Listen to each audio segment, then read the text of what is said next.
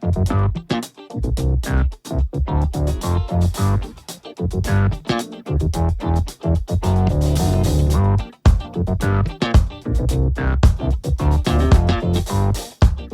folks, and welcome to the Daily Ratings Podcast. It's a show where each week we'll sit down with Vincent Daly to get his thoughts on the latest movies he's been watching, both older films and new releases.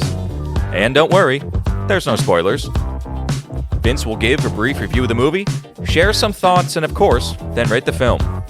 The daily ratings are always fair, honest, and most importantly, they're consistent. On today's show, Vince will be rating and reviewing The Lord of the Rings, the 1978 version by Ralph Bakshi, Evil Dead by Fede Alvarez, Marcel the Shell with Shoes On by Dean Fleischer Camp. We have newly released Evil Dead Rise by Lee Cronin, and finally, Beau is Afraid, directed by Ari Aster. It's going to be a great show, folks, so stay tuned and enjoy.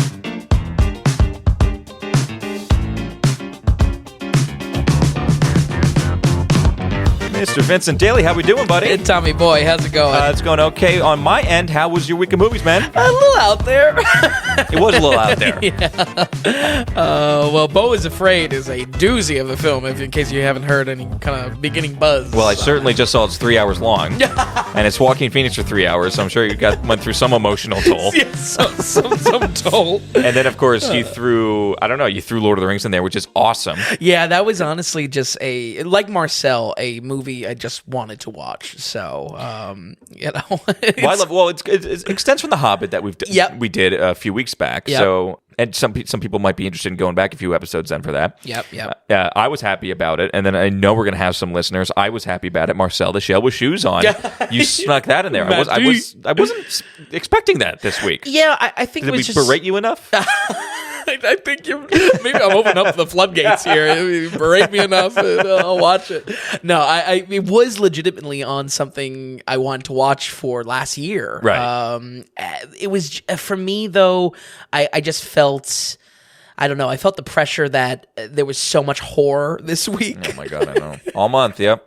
So I wanted to throw it in. I mean, it's going to be kind of surreal going from Evil Dead 2013, Marcel, and then new Evil Dead. So maybe a little bit awkward there. But yeah, that was, I needed something kind of light with it. Okay, I'm very excited to hear that. But first, let's go back to 1978. This is The Lord of the Rings, directed by Ralph Bakshi. And let's kind of get into this. I don't know if a lot of people realize that there wasn't an animated feature-length Lord of the Rings Yep. in 1978. It did kind of stem because there was an animated Hobbit, like we talked about, that Ralph and... no, not Ralph. Oh, yeah. I'm already forgetting the duo. And then they do Return of the King. That's a director duo. Okay, so... Called Frosty and the Snowman for now. I forget him. So, I don't know. We've had a lot of director duos too, so... They're the classic ones that did the Christmas movies. I honestly can't believe that I can't remember them. But I know. So this is The Lord of the Rings, like you said. It doesn't cover the entire trilogy. This kind of covers... If you look at the modern day movies that we know, this is the first and second. Yeah. And it kind of says The Return of the King, which makes sense because then they make The Return of the King right. animated. Yep. It's 2 hours and 12 minutes. It's long. It's PG. For an animated, yeah. Yes. And I watched it. So let's kind of get into it. What's covered here and how'd you like it? Sure. I think I like this one a degree better than The Hobbit.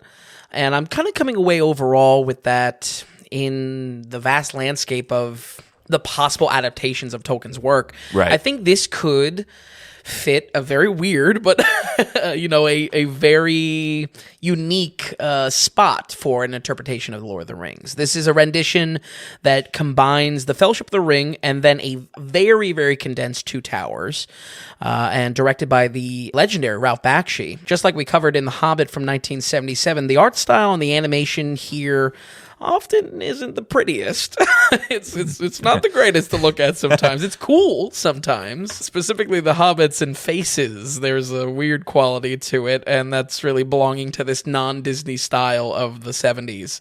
Bakshi was a rising talent at the time, working in animation, stepping into directing more and more in the mid-70s, his 1977 film Wizards being a great example of his visual style blending in live and animated footage. Though not a great movie on its own, we gave it a 44 pre-podcast. Wizards was a little rough, so luckily this one was better, and even just a year later in 78, him coming into this as well with an IP that he's kind of working in in the constraints of. Yeah.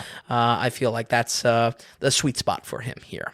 I would say I want to start with animation. I just want to. I don't. You fine with starting with animation? I think that's a proper place to start. Okay. Animation is. I feel it has a lot more polish than what we touched on The Hobbit. Definitely what I remember from Wizards in 77. We touched on the technique of rotoscoping in one or two times before. I believe we touched on rotoscoping in Loving Vincent, that Vincent van Gogh film. Just as a reminder, or folks that don't know, rotoscoping is basically having live footage of real characters that is animated over in whatever style the team wants to create. And I would say it's pretty wonderful here, as the movement of characters is so unique and so fluid. I feel like this added to an otherworldliness, especially with a fantasy film. Like I said, it's not the prettiest at times, but the motion is pretty unique. With this technique, though, it's all animated, yes, but in many ways. No matter what, there's always footage being rotoscoped over, but not everyone gets the same amount of love. The entire film is kind of presented in degrees or spectrum of this rotoscoping. For instance, all members of the Fellowship are fully animated. They have the full treatment. They're fully colored and in Bakshi's style. And also, they look very funny because they have this like morphing face. This, as I'll say later, this kind of mashed potato face that kind of shifts all over. Some characters more than others, but definitely it's a way of them trying to get some sort of facial expressions on these rough cartoon characters. Yeah, I can't imagine. I guess I can only imagine it's from the actors trying to do those emotions in whatever the underlying performance is, and then Bakshi is animating over it, but some just, I don't know, this mashed potato faces, they just look weird. Frodo specifically, they just hold on his face so long sometimes, and he's just going through emotions. So one kind of note that I had is, with the animation, I think because you have these weird seconds at a time between blocks of dialogue where we're just left to kind of watch what's going on the screen, and very little is happening. And I think it's trying to get across emotion via characters. Right. But because the animation can be so rough, they do these drastic things with the faces or something like that. And it just kind of looks weird and doesn't quite sell it. Yeah. And I'll jump in a little bit. Go for it. With the animation, it is quite a cornucopia. It is a weird fruit salad. Of a visual type of feast that you get. Because like you said, with the rotoscoping mixed also with pure animation, and then you have actual basically painted landscapes or painted set pieces, and then that's pasted on things. So you're dealing with a lot of different things, and it's, like you said, can be cool. Sometimes it's straight up confusing of what might be happening on this screen. Right. It's really, at any point, you could be dealing with any number of animation styles and combining in any ways, or sometimes they're left alone and then you're only getting one type of thing. Only getting rotoscoping with real landscape. Or fake landscape that's a painting with rotoscoping, or you get a mash of all three. A mash of both. That's what I mean by there's almost these degrees of how much it's done. Main characters get the full treatment, but in action sequences, for instance, sometimes it's just a color tinting on real people acting in costumes. In the beginning. Yeah. Right. The entire beginning is very much that. Yeah. So then when we flip the switch, and like I said, sometimes the set pieces are wacky. It's just wacky sometimes, to say the least. But I think I'm at it with you. We're kind of interesting. Not necessarily good. Right. And not necessarily bad. Yeah. I feel, I just how it was with Hobbit, I like a different interpretation of this world, as weird as it may be, but I don't know. It's kind of, I don't know. It's not untainted, but there's something to it that I enjoy as a Lord of the Rings fan, as an animation. There's fan. something to be said too, where we have Middle Earth and Lord of the Rings in our head because of the movies and what Peter Jackson did with it. And these are people that really took text and put images to it for basically the first time. Yeah.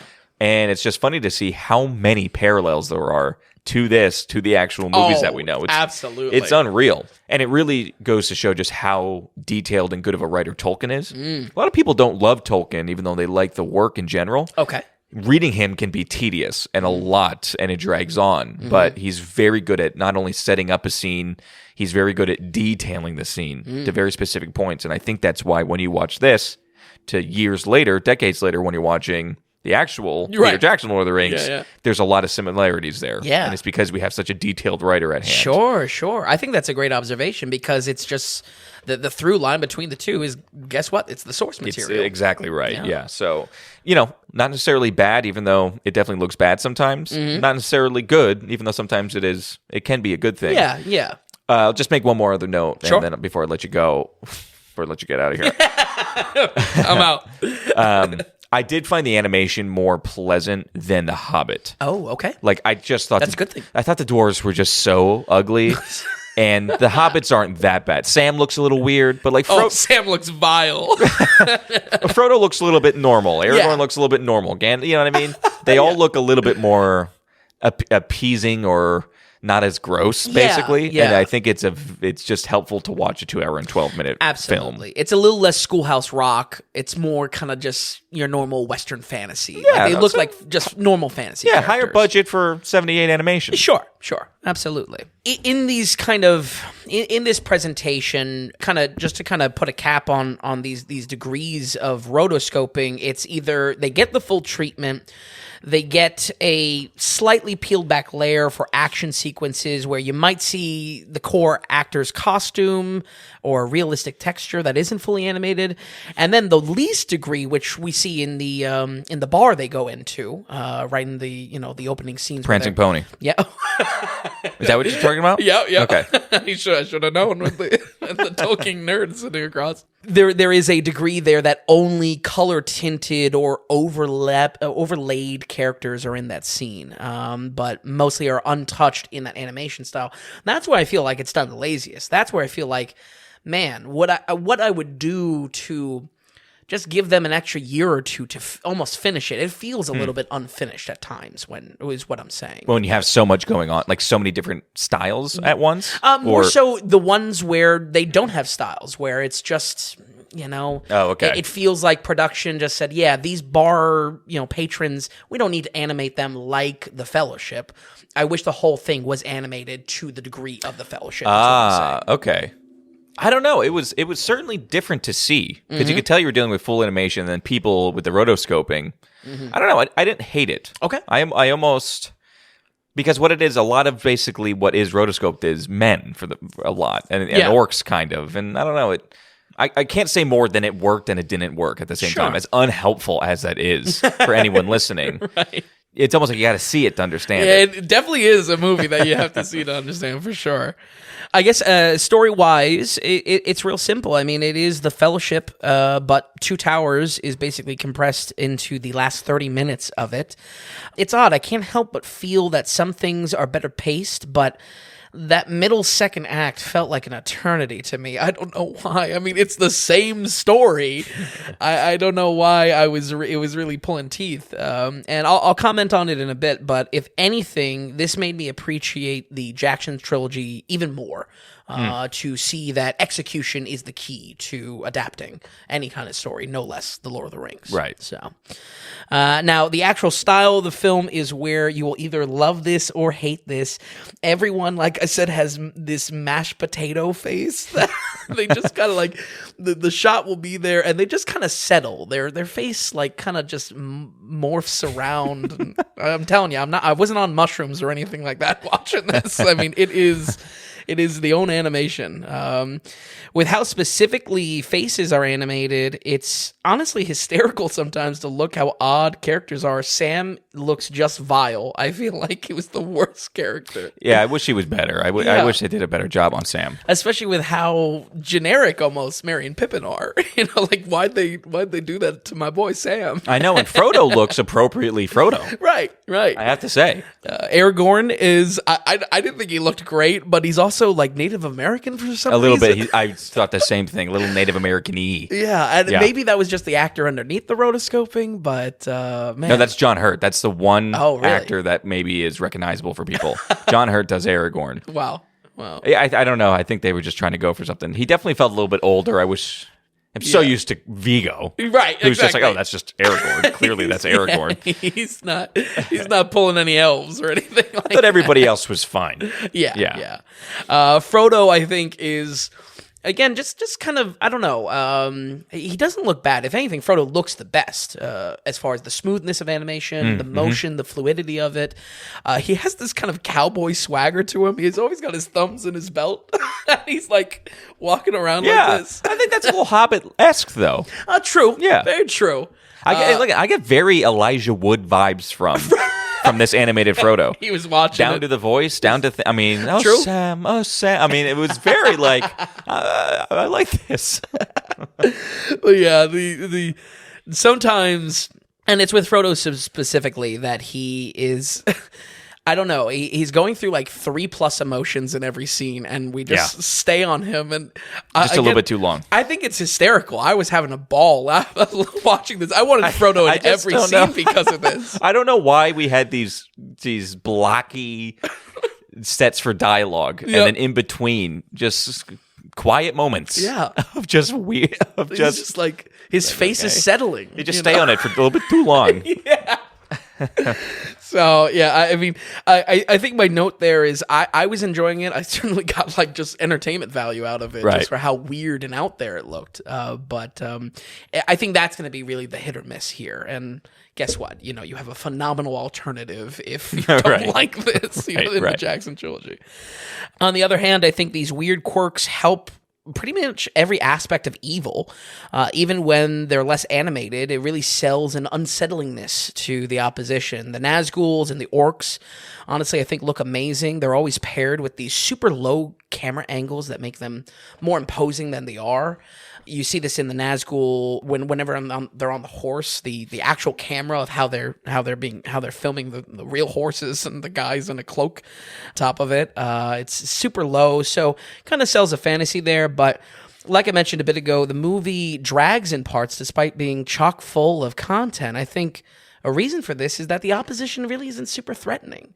Action-wise, it's very old-fashioned. It's kind of like this swashbuckling, sword-fighting style. Of course, this is where the real footage is only slightly rotoscoped, so it's lacking that visual style as well. I think for combining, especially the two towers into this, I feel like the action was really lacking. Those action sequences I was not looking forward to because it dropped in quality of that animation. Yeah, I think it was the worst part of the action was the worst part of this film. Exactly. So, and also it kind of did the cool evil aspects wrong because... I don't know. They didn't do anything. They didn't live up to how imposing they looked, being these like nightmarish, black silhouettes to the film. Right. So, yeah. The Helm's Deep sequence is a perfect example of this. Orcs may visually be strong, but they do little in terms of action. And like I said, this is a great example in showing how the execution of an identical story is everything. The Jackson trilogy may be much longer and have its own critiques, but its execution is flawless of this story.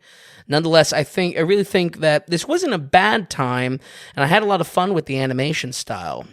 That style has a role to play in the animation of this world and how it is presented to us, and for that reason, I think this is a valid entry in adapting Tolkien's books. We're going to go ahead and give The Lord of the Rings, 1978, a 66. Wow. A degree above. Wow. Degree above Hobbit. What did you give Hobbit? A 65. Damn. I'm shocked. 66 is very good. 65 is higher than Hobbit, I think, too. Yeah. I mean, we already spent a lot of time on it. I have three main things. Okay, so I had you in my mind a little bit because they do move. At times, you're moving along. And I'm just like, okay, because like you said, the Two Towers is condensed to kind of the last third, last half an hour. And they're like, this is perfect for Finn. It's his least favorite film. One note is, it's kind of funny how the Peter Jackson breaks up the films in the same way that this does. Oh, yeah. Peter Jackson's Fellowship and Two Towers basically are exactly what this Lord of the Rings compromises. Yep. And that's not how it goes with the books. Oh, really? Shelob happens in the Two Towers. Interesting. And yet Shelob happens in the Return Presumably, of the, Return of the King, Wow. for animated and Peter Jackson, which is kind of funny. Another thing is, I was shocked to see so much. I was kind of like, okay, 2 hours and 12 minutes. It's long for an animated film. Yeah. But I was like, they hit it. I said, they get the points across. Yeah. They are kind of where they need to be, and things are happening, and it's just like, wow, they're actually doing this. Yeah. In parts, it's moving very quick, and they're getting things done. Oftentimes, like you said, it felt like it was dragging a little bit. I don't know. I think poor animation sometimes, that's just kind of what you're going to get. Those emotion shots. I mean, even the beginning stuff where the description of how we get to the intro, basically, of the Fellowship of the Ring and everything, it's no Cape Plant yet. But they do it, and they do it in a bit of a weird way, but they get the story across a little bit. I was shocked that they were hitting the moments. And then I would have to say, I'm not going to give this. I'm not going to give this two shoes. I'm sorry. I'm not going to give this a Tommy Two Shoes score. Okay. I didn't care about it enough. I really enjoyed watching it. Yep. I'm glad I did watch it. Sure. And I have to say, I'm coming away really positive about it because about 12 to 15 minutes in, I was just like, oh my gosh, this is what I can show my kids before they're old enough for Peter Jackson. Sure. Like, it's perfect because they get everything across. Yeah. Everything happens. It's very quick, or it brushes some things, or you get ideas across. It's funny going from Peter Jackson to watching this. And I think it would be so much better to go from this to Peter Jackson. Absolutely. Of course, because the expansion. It would be a dream come true if maybe the risk is not liking it. Right. Not like the Lord of the Rings, seeing this first. As an adult, it's an extremely unique watch. And again, that's why I'm happy to watch it. But it made me excited because, boy, when I have a kid and they're, I don't know, 6, 7, 8 years old. Sure. It's like, oh my, I cannot find, I have something to give them. Right. I saw the Fellowship of the Ring in theaters, and I was, 7? Oh. And we got to the point, I went to go see, it was me, my brother, my cousin, and my uncle take us to go see The Shaggy Dog with Tim Allen. And we all were like, even my 7-year-old self, we were like, this is dumb. Let's go Lord of the Rings. My uncle kept on saying, if you need to go, if we want to go, we'll go. If we want to go. And I was like, I'm good. Up until the Uruk-hai came out of the slime from Saruman, I said, can we go? And he said, all right. And then we had to leave. So at that age, at a 7-year-old, I would love to show him this Lord of the Rings. It's so much. A lot less gross. But that's my takeaway. I don't think I disagree with really anything you said. I think we're on the same page. Do you think 66 is too high? It's generous. Yeah. For how weird the movie is. I honestly don't know where I would put it because I'm coming away from a positive too. I mean, I could rip it apart with some of the animation. Sure. I have to say, going into it, I wasn't expecting much with action. So when the action came, it's just like, I thought it was a given. I was assuming it was a given for me. That's a good point. Like Helm's Deep was underwhelming. Right. No it's shocker. It's like a hill. Yeah. No shocker there. Yeah. I was impressed with the way they actually got the story notes down. It was so cool to see exact things happening. Scenery somewhat even looked the exact same at times than Peter Jackson. Obviously, the quotes are the exact same. And like I said, a huge testament to J.R.R. Tolkien as a writer. Right. And how much involved and how detailed he gets. So it was quite a joy. So I know I'm definitely above 50% and around 60 or something like that. Okay. So I don't think it's too high. Excellent. I think it was... it kind of earned its own stripes, especially just for being weird. So if you want a weird watch, folks, go ahead. Yeah. Go ahead and put that on your watch list. Alrighty. That was Lord of the Rings 1978 with a 66. Sorry, spent a decent amount of time on that. Let's go to another movie I cannot wait to show my kids also. This is 2013. This is Evil Dead. Rated R, quick hour and 30. This is directed by Fede Alvarez. Yes. And, of course, we have the new Evil Dead film. So how does the first one one do? How do we like it? And how kind of do we get into the story? So I was thinking that this 2013 reboot, it's a reboot reimagining of the original trilogy. Okay. I thought this was playing into the new one. It totally unrelated. So I basically so I was wrong. Okay. Yeah, it was more so. It's more so knocking out, I guess, the remaining of the Evil Dead franchise. No, that's good. Okay. So totally just stands alone. And how was it? Not that good. Let's get some history out of the way with the franchise, because obviously I wasn't covering the originals. The Evil Dead 1981, Evil Dead 2 1987, and Army of Darkness in 1992 were all originally directed by Sam Raimi. And on a whim, we covered these early on in the podcast because I never saw them. And the legend, and I mean really legend, of these films is that they are kind of quintessential campy cult classics. Folks, you can listen to those reviews for my expanded thoughts, but sadly, I was not a fan. I certainly am glad I watched them to experience Raimi's, honestly, iconic directing in those three movies, but I felt they were a coin flip on whether the campiness worked or not, and how the horror worked or not. Right, If you want my kind of reduced thoughts. This 2013 reboot aimed to strip that camp and goofiness out of the idea and clock the horror way, way up. So much so that this is one of the goriest films I've ever seen. I mean, really? Oh, yeah. You've seen a lot. I've seen a lot. Wow. Between body mutilation and a lot of vile, gross out moments, this might have been a step in the right direction for the horror side of this, but this is in the hands of a much weaker director, Fede Alvarez, which we crossed paths with in The Girl in the Spider's Nest, the last of the American Millennium series. Mm-hmm. Yeah, that was weak. Yeah, a very weak movie. This very weak as well. It's a shame because apparently he was a huge fan of Evil Dead. This was like a dream come true for him. So, but this one is not doing it. Once again, we have some young adults come across the Necronomicon, aka the Book of the Dead, in a creepy, haunted, middle-of-nowhere cabin. This Evil Dead is pretty much a full-on remake, and basically making this the third time around this happens, because Evil Dead 2 has a condensed version of Evil Dead 1 in it, devoid of any charm in the original. This time, the group of morons have decided to get their friend and sister sober, yet they chose this creepy cabin. I'm telling you, I'm running in, even though the goofiness is out of this, I'm running into my same problems with this, is that just, it's total idiocy. I have no care of these characters. Right. I have no attachment to them. You have no competent character that you want to attach yourself with, right, or you can relate to. No problem solving, no, I mean, it just feels like that they're totally at the whims of this. A little frustrating. Yeah. But don't worry, this plot thread of addiction is abandoned very quickly. Initially, I thought it was cool that they paired the horror with the withdrawal of their friends and tying that into the scares, but it is abandoned like the new cabin that they inhabit. It is very serious in its approach and loses the fun, chaotic demons the franchise is known for, but instead does little to replace it, creating more of a generic Exorcist-style feel to the possession. And I feel this was a specific failure for this being a remake or a reboot, to replace the one aspect that worked the best with just generic garbage. Yeah. The demon possession is just like wannabe Exorcists, where, if anything can be said around the original trilogy, is that the demons are so out there and crazy and manic. I mean, that's really the enjoyment to the camp there. I was experiencing deja vu a lot with this. The purpose of the film is to be full-on scary with no comedy, yet characters are still idiotic. I mean, man. They choose to be in this creepy abandoned cabin to get their friends sober. Why? Why do we stay in the house?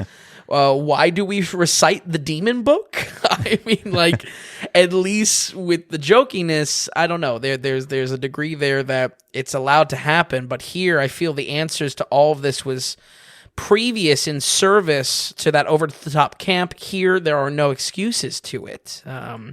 We touched on this in our review for Barbarian, that sometimes you need a character to act illogically to move the horror along. It's what the crowd has come to see, after all. it's still bad. I get it. It's still bad. It's not good. Some very plain and unimaginative, creepy music, super weak sound design. The score sounds like some royalty-free music half the time. I mean, we could probably cook up something here.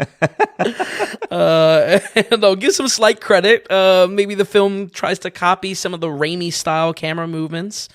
Definitely plays to Alvarez being a huge fan of the original, but that's honestly about it when it comes to that.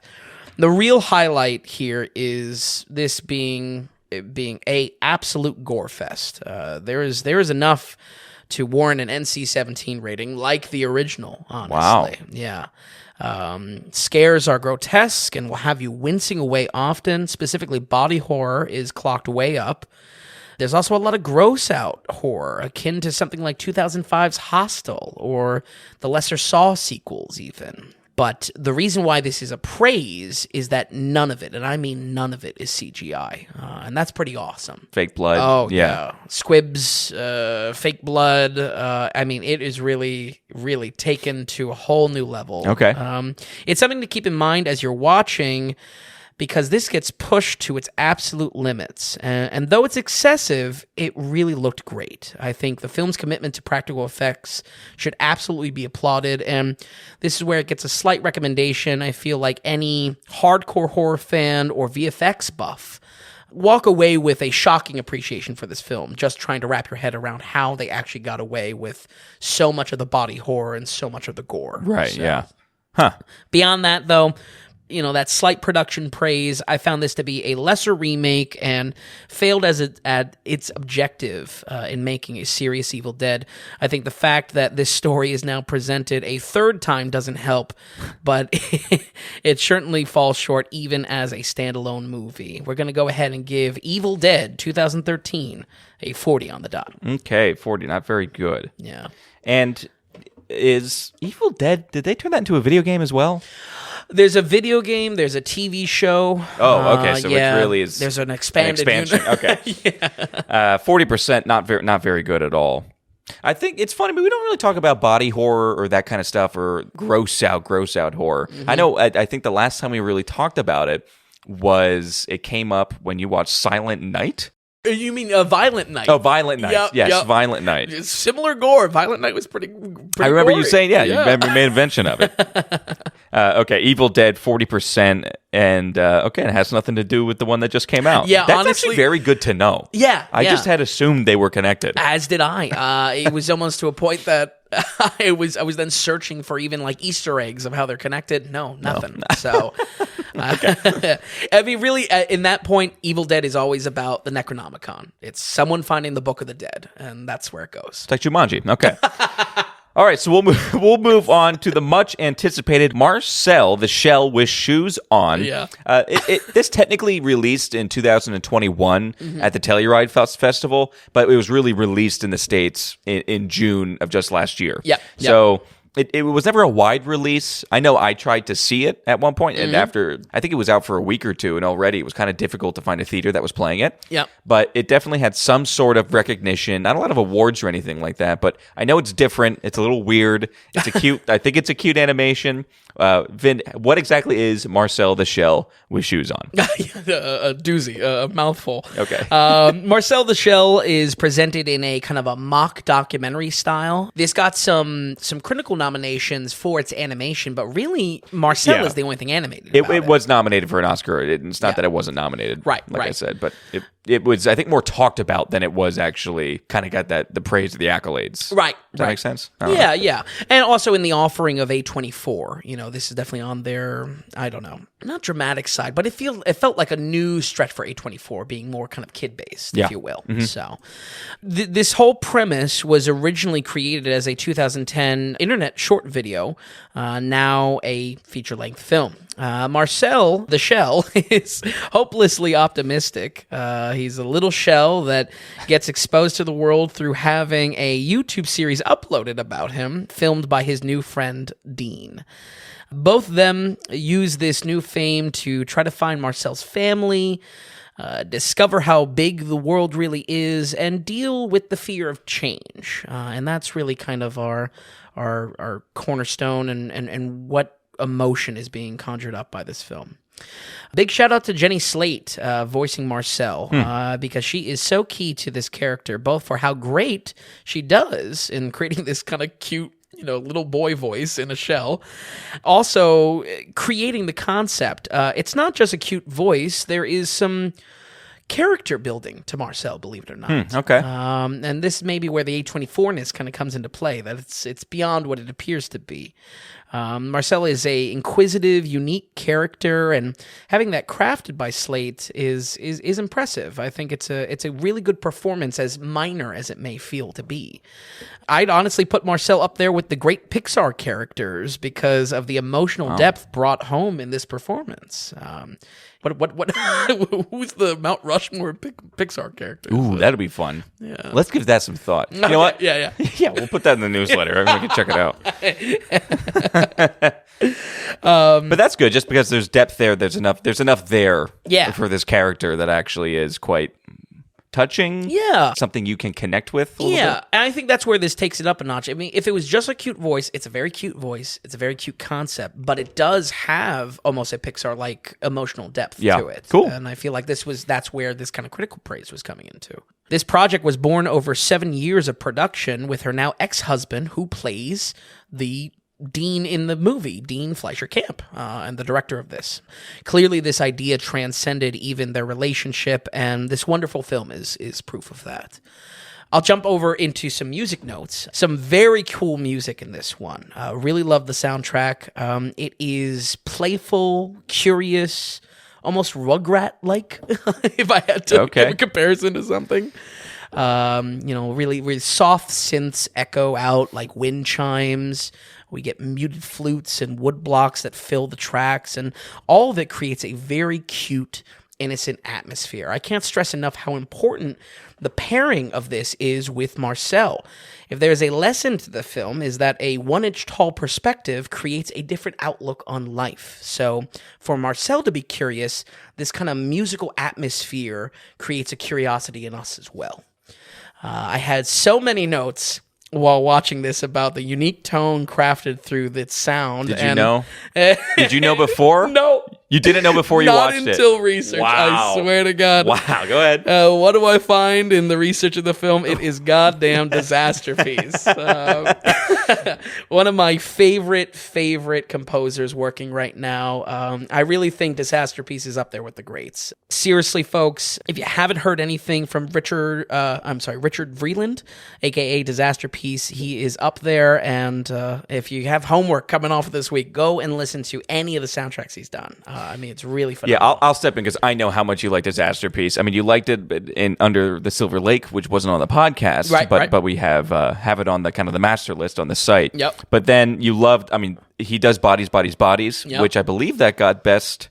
Did that win a Tom Daly? I think that for did. soundtrack. Okay, I think they gave it to Disasterpiece. And there you go. It's Disasterpiece for Bodies. Nepotism. I feel like Disasterpiece very much is like an Edgar Wright kind of for you, where Sure. I don't think Disasterpiece, not that Edgar Wright isn't well known, but when you think of these great directors, slowly you've been realizing that Edgar Wright is slowly kind of creeping up there in some of the greats. Absolutely. Disasterpiece is starting to make a name for himself. Yeah, a new modern great is what I would say. We all know Danny Elfman. We all know John Williams. Right, John Williams and things like that. Disasterpiece is kind of a young guy coming up, and almost every film, it's unique enough where you've been digging it. Yeah, absolutely. And I think to this one, I had almost countless notes about this atmosphere that matches and is paired so perfectly with Marcel's curiosity. The whole point of the movie is to be curious, and how maybe that curiosity can kind of hurt you sometimes even. And the soundtrack was how that atmosphere was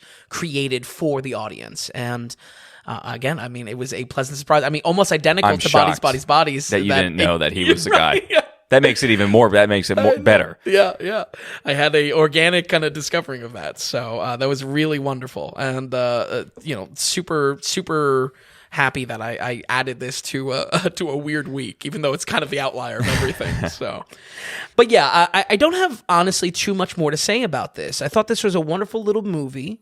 And it's not that I don't have much more to say for lack of critique, but funny enough, I think it's to avoid spoilers. I feel the topics covered in this film are softly tackled. It's usually brought up in an observation by Marcel and then kind of left alone, and we kind of just like sit with it as a topic. But it's in that soft touch that the emotion of the film was real, and I mean like really real.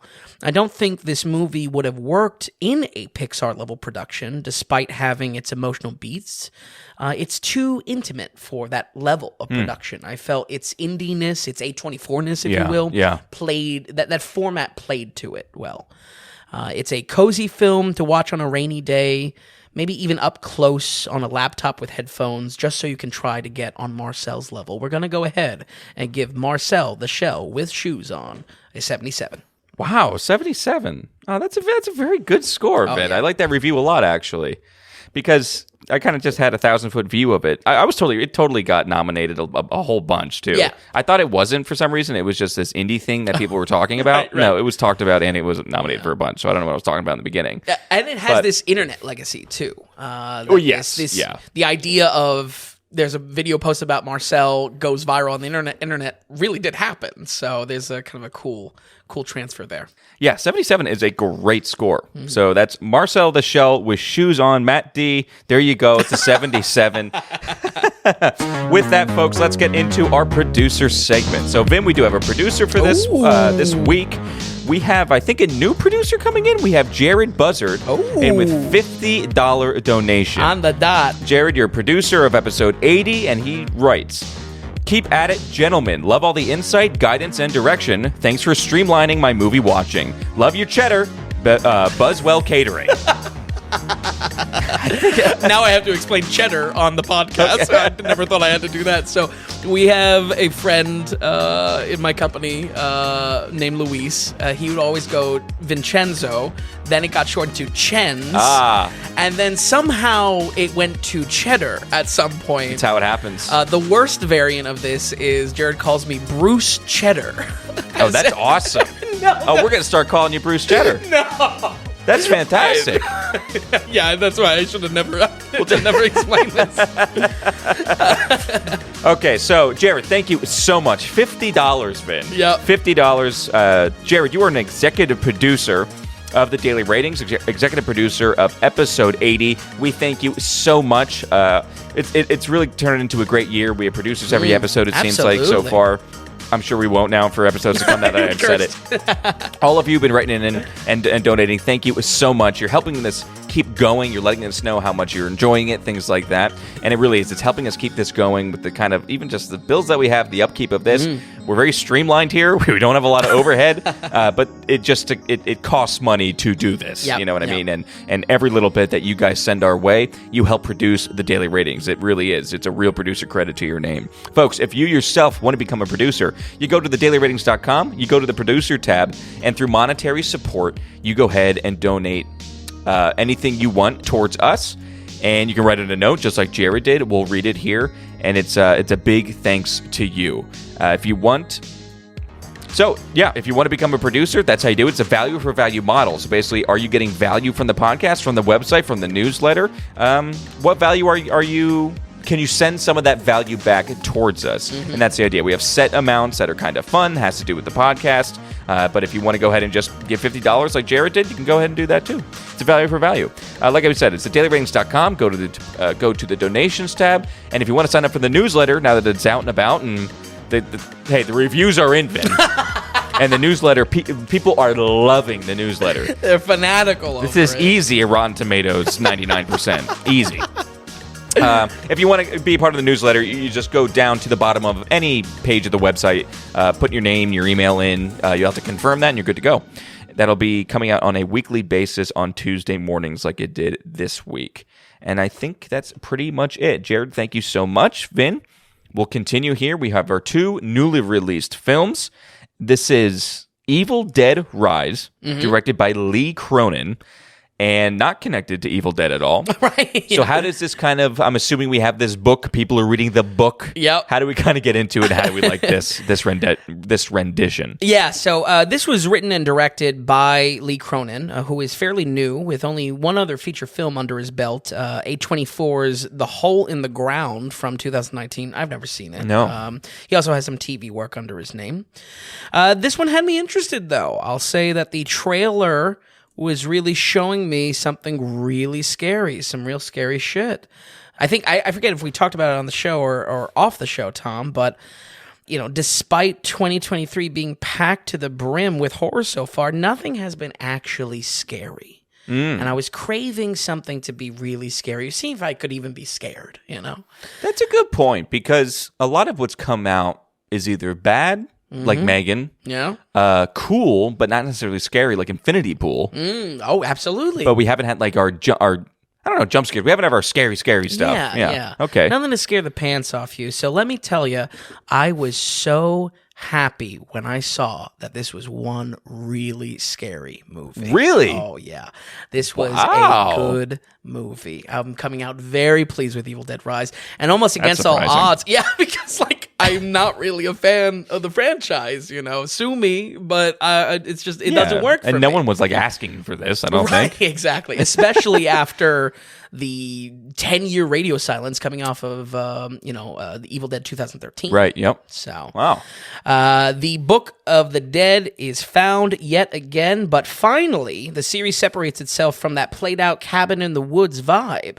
This time, it is a condemned apartment building in our setting, and that building being an old bank holding secrets in its vault.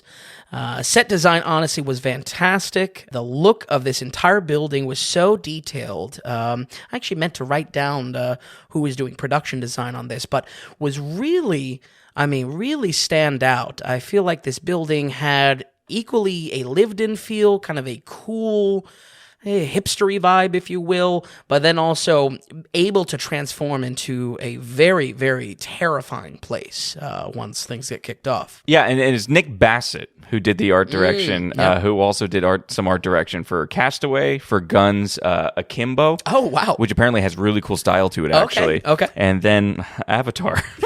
Oh, it got me. That was the bear trap. I got myself with that. That's interesting, though, that you were taking note of just how detailed it was, or how that feel of an apartment was. That's good that it's getting the kind of surroundings good. Absolutely. Or getting the surroundings well. Yeah. And the script early on plants so many seeds as to why it might be difficult to leave this place. And I feel like that helped to scratch the logic itch I always have and felt from previous entries in the franchise of why are they going to this cabin? It was already a lived-in place. It kind of, the book happens upon them and is now transforming an already difficult kind of apartment building to leave. It's dilapidated, it's condemned, So I right off the back, that was a big highlight. Instead of some dumb adults acting idiotic, the script gives us a misfit family to act idiotic. Has a mother, her sister, and 3 kids. This might seem like Horror 101, but when the evil starts flowing, this did wonders for the tension that it created. Now when a demonic force spits out a insult, as in the usual Evil Dead style, it comes from the mouth of a family member, creating much more of a emotional dilemma to see if there's any humanity left in that possessed person. Kind of a zombie dilemma, if you will, of if they can save them, if they're too far gone. And I felt like that, again, doesn't sound too complex, was doing wonders in what otherwise is in this entire franchise of people that don't really care about each other. So they don't really care about each other when they start hacking up their bodies. So that little twist is why I think this was, it was working a lot better for me. I really like the variety of ages in our characters as well. Having kids in the plot helped me with some of those idiocy that is needed to move horror along. I think I was much better with kids being the idiots than just fully grown adults. Yeah, it totally helps. It's easier for a kid to be a competent character because you're expecting less as well. Right, exactly. So you give it a longer Maybe leash they to play be for a trick. dumb. Right, yeah. It's easy. You give them a longer leash to be dumb, but also when they're competent, it's like even more. Exactly. Yeah. Exactly. But folks, there is only one performance we need to talk about, and that is Alyssa Sutherland. She comes from the show Vikings, and she plays the mother Ellie here. Oh my God, this has to be one of the best horror performances I've seen in the last 5 years. That's saying a lot. Yeah. That's saying a lot. Oh, yeah. And I mean it. I was looking back in those 5 years. She is phenomenal, electric. I would easily see the movie again just to see her performance. Wow. Oh, yeah. If you've seen any of the marketing for this, folks, you have maybe caught a glance at how terrifying she is, but I can assure you she has so much more to give in this movie. She's the key to, I think, the balancing act of how comedic elements work in this as well. This is not trying to strip it from camp. I would say this is a very good entry in the franchise of Evil Dead as well, because it balances really chaotic, vile, joking demons possessing our characters. And I feel like finally I was able to fully enjoy the entertainment side of these movies. The chaotic demons have just the right amount of fucked up jokes, and no one does it better than Alyssa Sutherland. She really has a perfect balance of when she needs to be absolutely bone-chilling terrifying, she's there, and when she needs to maybe make the audience have a nervous laugh out of what's coming out of her mouth, it's right there as well. I think it's a phenomenal performance. Wow, that's really high praise. Oh, that's cool. That's great that it's coming out of this. Right. I mean, who's expecting it? Exactly. Yeah. Who is expecting it from this, once again, we're going around the bend with Evil Dead, 10 years later after a failed reboot. It's fantastic. So the build up to the horror was great. I love how we care just enough about the characters in the apartment buildings. It's not nothing, but it's just enough. We're not over focusing on it. And seeing how the setup is used to truly terrorize the character and the audience is key. This is not a heavy jump scare movie. Honestly, none of these are. I wouldn't really compare Evil Dead to any kind of jump scare. Which oftentimes are cheap anyway. Oh, absolutely. If anything, that's what I was worried, that this was just going to be a jump scare fest. Right, yeah. Rather, it earns the fear because characters are honestly just tortured with the grim truth that there is no way out of this. So when it comes to that, again, Horror 101, it's not rocket science to make me, to have a character you can empathize with a little bit. But that's something that honestly I felt was missing from this entire franchise. Maybe Bruce Campbell, just because he's so, he's such a character. Yeah, Bruce Campbell was kind of the one element in those originals that you could at least get on board with a little bit. Yeah. Because he's great. But you can't put him in everything. Right. And, there needs to be there is a better way to make me care about characters rather than having this larger than life character, he's saying "Hail to the King, baby," and stuff like that. In the legacy of Sam Raimi, this film has many inventive camera angles, and that once again is used in combination with a great set design. I think my favorite was using the door peepholes as a fisheye to really distort and stretch characters. For sure, that's been done before to great use. I mean, it's not, I feel like I'm repeating myself, but it's really not the most amazing thing to have a fisheye's lens as a door peephole. But how it was paired and how it was relaying to us that whoever was possessed in that scene is really gone. They're no longer human. It was just so fantastic. I was in love with it. But Tom, finally, and I mean finally, a great horror movie. This was better than Barbarian from last year, better than every horror film to come out last year. Wow. And there were a lot. Yeah. Wow. A lot. And certainly better, and certainly the best of this year so far. Folks at home, if you are a diehard Evil Dead fan, if you love all the camp, I'm honestly dying to know what you think of this film, because I think it hits it out of the park with a perfect balance of horror and over-the-top camp, easily being my favorite of the series. We're going to go ahead and give Evil Dead Rise a 79. Wow, 79% is a great score. Yeah. I'm happy for you. Oh, right. I want so much more, and it's all shit. Yeah, and Evil Dead is finally good. Right, finally. Exactly. It only took a few decades to get there. Right. 79% for a horror film is really good, folks. Oh, yeah. Really good. I mean, that's even territory of like, maybe I should watch it then. Sure. Because we cover a lot. There was a lot last year. A lot. We came pre-packed, like when we launched last year, we came with 20 episodes pre-packaged, which was a whole other October, basically. And so we covered a lot here on the podcast. Yeah. And 79 is really telling. Yeah. And Barbarian, surprising. what I compare it to, maybe even a Bodies, Bodies, Barbarian, those are good movies. I feel like this captures just a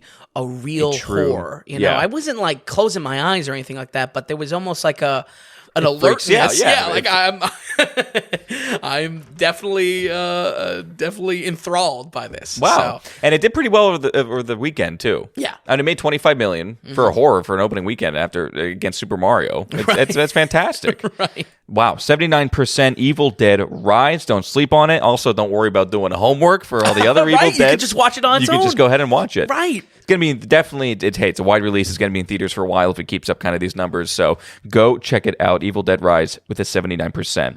All right, Vin, we'll go with our last film here. Let's see if we can keep it up. This is Joaquin Phoenix, big kind of movie that's coming out. Big A24 release for sure.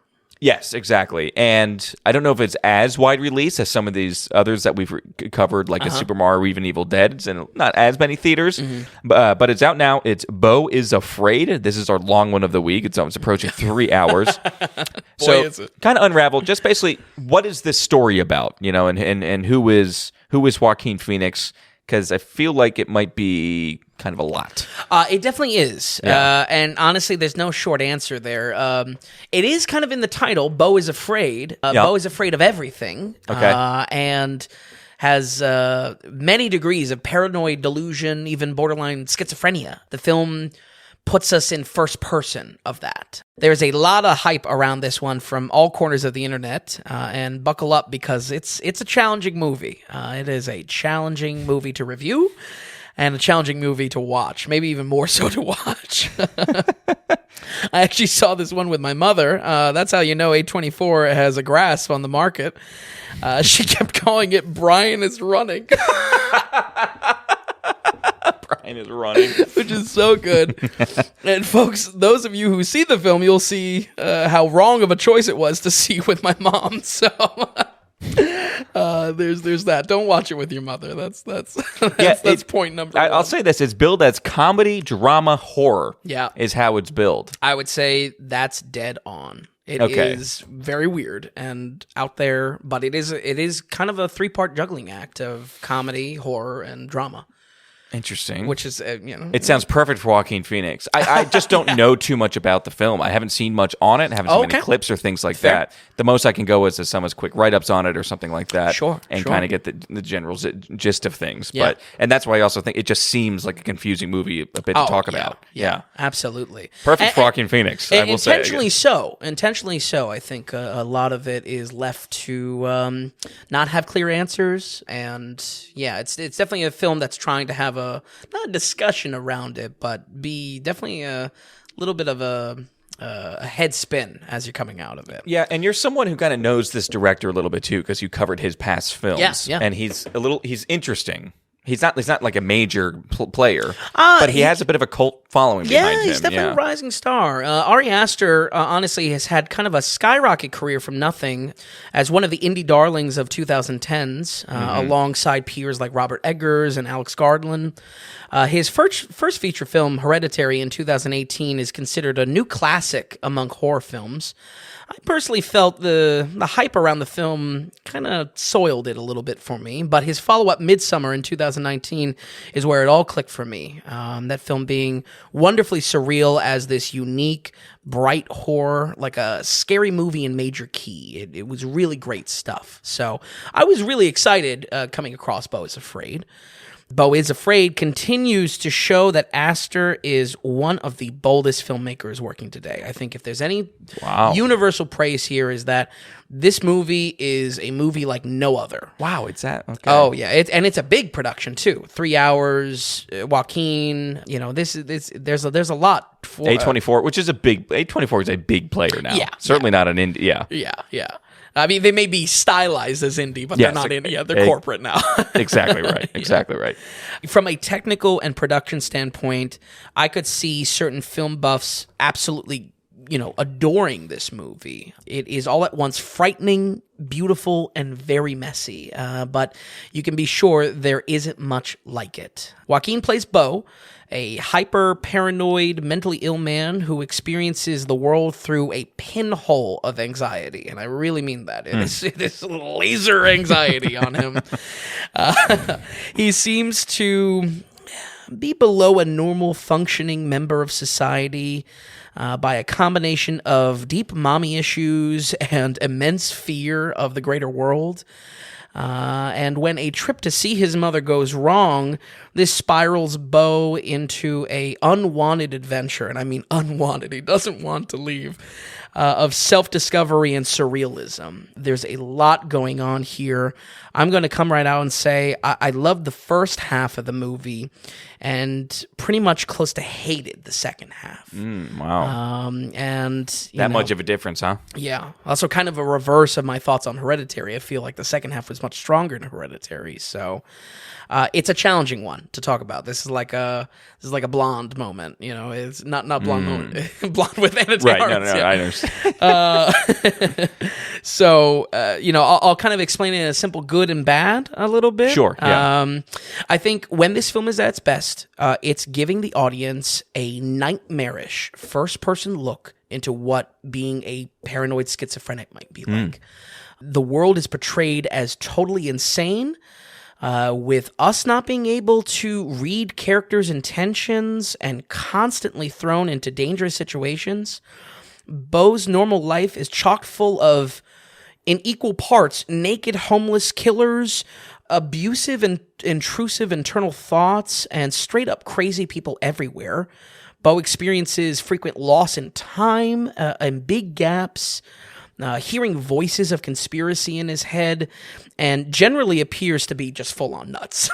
Not to be insensitive, but yeah, it is like first-person crazy simulator, basically. I mean, I can't help, and again, I said it before, but I can't help but think that the carrier for that being Joaquin Phoenix is probably perfect. Yes. Or really sells it. Yeah, he really does. It's sold like in an innocence, and definitely the big theme here is that Beau does not want to experience the greater world because the greater world is terrifying. Right. But a lot of confusion as well. When Beau's confused, guess what? We're confused. So interesting, yeah. That's what I mean by this first person. We're really, almost literally stepping into his shoes of how he's seeing reality around him. I mean, it's very impressive Yeah. to do that on film and to That's give what I the mean. audience that experience. It's a bold experience. Yeah. So that's where there's a hint of disappointment that I really was on board with it. As crazy as it is, I was on board for it in the first half, but that second half, I mean, man, I'll get into it. Okay. But this kind of reality is shown flawlessly in Nathan Lane's character, who takes care of Beau after an accident in a kind of a misery-style scenario.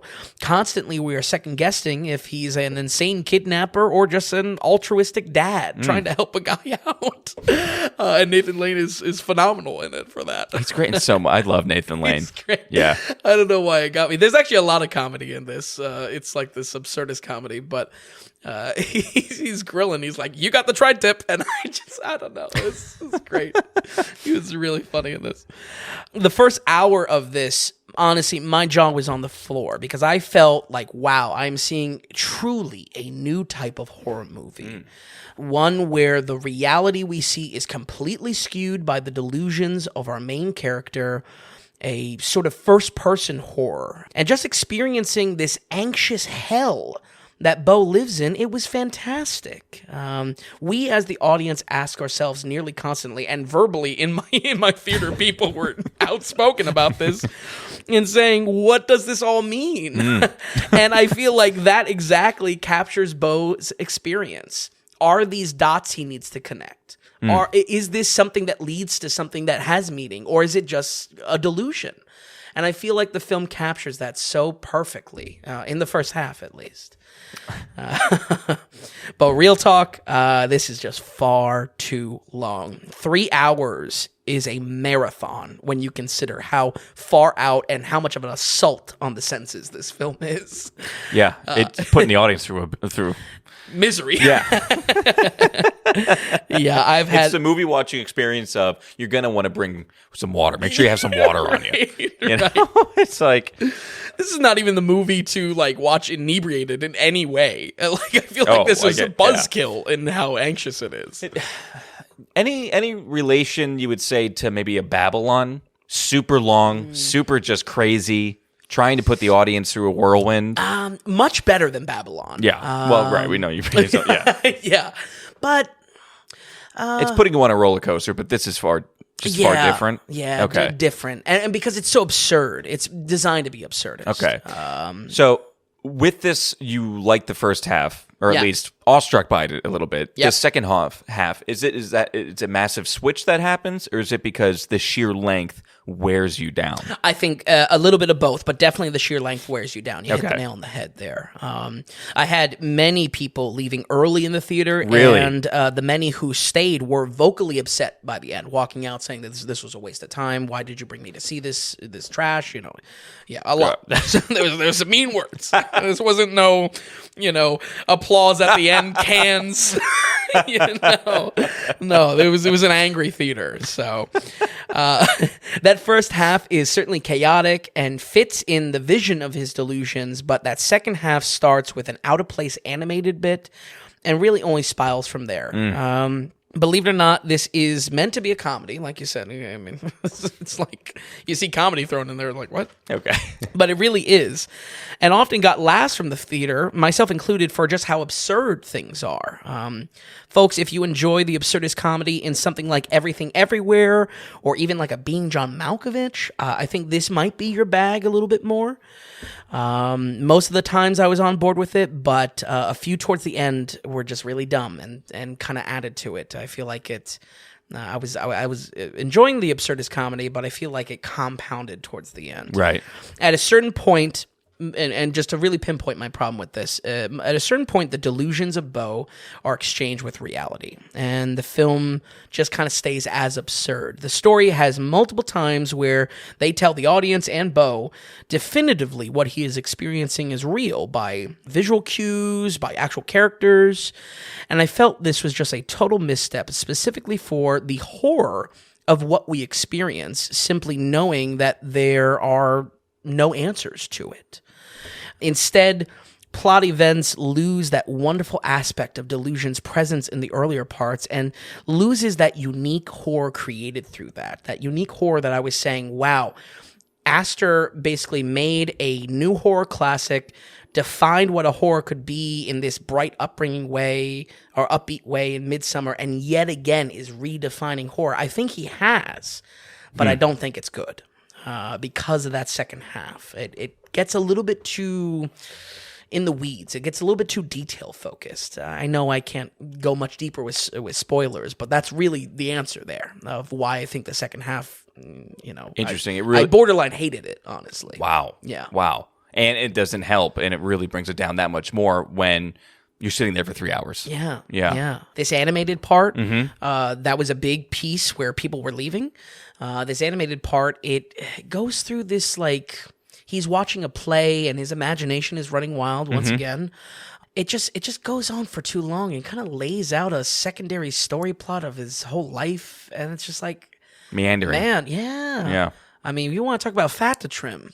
Yeah. It's right there. Yeah. A good chunk. So I'll wrap up with saying this. I wish I would have said this with one particular review in the past, and it is that I don't understand this whole film. And with as many movies as I watch, I'm very comfortable in saying that this one needs a secondary watch, needs a deep dive to it's saying really a lot. grasp. That is really saying a lot. Yeah. With knowing where the story goes, I feel confident in my assessment of where this film works and where it doesn't.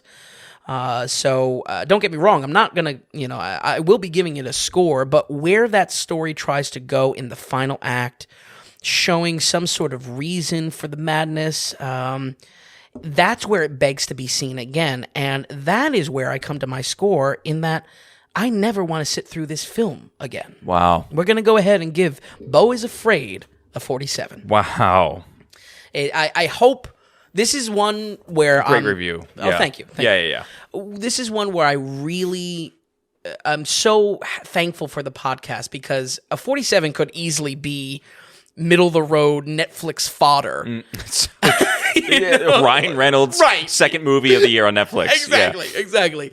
But equally, it could be a very problematic masterpiece, and it just not working for me. Wow. And very hard to recommend for others. Yeah, very true. I mean, it almost sounds like watch it if you want to study film in a certain way or study something. You really like Astor as a director. You you want to follow the director, be challenged, something like that. Wow. I mean, yeah, that's a great review. You're so right about the podcast, too. It's something where, you go online, you see the 47, and sometimes it just helps to hit, that listen to the review button. Go to it and just give it a listen. Absolutely. That context is so important sometimes for a film like this. It's I mean... It's a tough one. Like I said, this was a challenge. I saw this movie, and the first thought was like, oh, boy. How the hell am I going to review this monstrosity?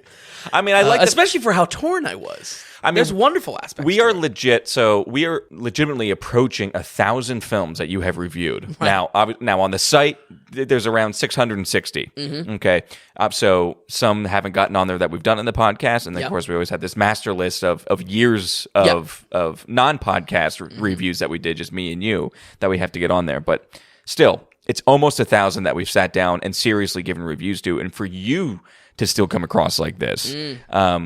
I'm impressed then, just on that, that 10,000 foot view of this film. Right. I'm extremely impressed that it's being able to do this. Yeah. And curious. Wow. That's something. Hey, maybe watch it. I'd love a Tommy Two Shoes on this. What if I loved it? What if I watched it and I was like, I was all on board? That would be hilarious. I love it. Okay. So Beau is Afraid. I think we'll kind of just end that there. Yeah, one of the most unique horrors I've ever seen. People write in tom.vin@thedailyratings.com if you watch it or want to just, if you don't want to donate, just have 2 cents to put into it. Mm-hmm. That's something I would be interested in hearing about. Absolutely.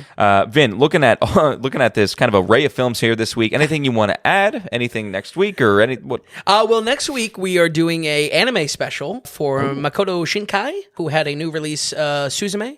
So going to do 5 movies from him. Not your average out there anime. He's very safe anime, what I would say. And big, like his stuff is kind of well known. Oh, yeah. Like our audience, people who are listening are going to be interested in hearing it. The biggest films in their years as they came out in Japan. And Suzume that's our new release. Yep, exactly. So I'm excited to give a dive there, I'm glad I was able to see Evil Dead Rise. Man, I think I may buy that on Blu-ray when that comes out. Wow. I love the style. A 79 for a horror is huge. I mean, like you said, the past 5 years, one of the best horrors you've seen. Yeah. That's big talk. Right. That's big talk. Yeah. Vin, thank you so much for watching these movies. We will see you next week, and folks at home, we'll run it down one more time. We have The Lord of the Rings, the 1978 version with a 66%, Evil Dead with a 40%, Marcel the Shell with Shoes On with a 77%, Evil Dead Rise with a 79%, and finally, Beau is Afraid with a 47%. Folks, thank you so much for listening, and we'll see you next week on the Daily Ratings Podcast.